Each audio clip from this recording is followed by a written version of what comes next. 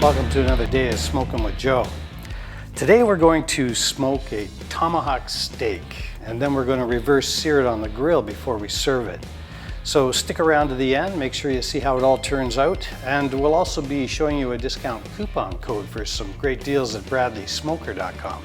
You don't want to miss out on that. All right, so tomahawk steak. Okay, immediately recognizable by the little piece of bone sticking out the side. They can be anywhere from 4 to 12 inches in length. It really just depends on where you get the butcher to cut it. I had mine cut short because I will in fact be eating mine with a knife and fork. If you want the 12-inch handle so you can go all Fred Flintstone with yours, well, feel free. It's fine either way. Prep on this is actually really easy. I prepped mine last night, and all you do is add salt to season it. This is about a 2-pound tomahawk steak. So what I did was just dry it off and then add about a half a teaspoon of coarse salt to the one side and then put it in the fridge. And I let it sit there, and what happens is the salt draws out the moisture in the meat and it dissolves the salt, and then the meat draws the moisture with the salt in it back into the meat, seasoning it. And you got to give it a little bit of time for the meat to saturate with the salt, so you can't rush this part. A couple hours after that, I went back and flipped it over and did exactly the same thing to the other side. Just dried it off, put salt on it, and put it back in the fridge. So here it is, and all I'm going to do now is dry it off and put it into the smoker.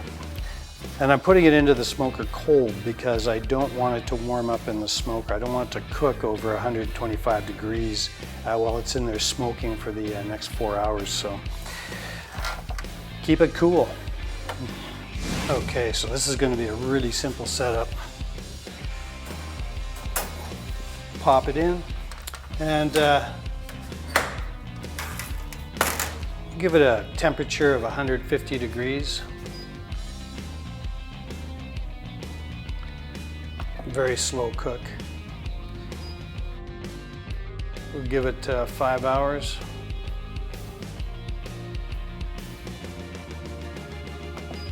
And I'll give it 4 hours of smoke.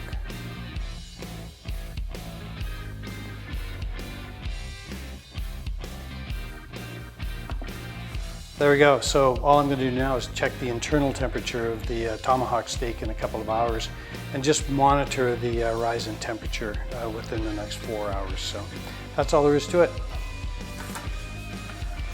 Towards the end of the smoke, I noticed that the internal temperature was hanging around 115, so I boosted the cook temp to 225 for the duration. Okay, so the temperature's made it between 125 and 130. I'm just going to pop it out, finish it up on the grill, and that's dinner.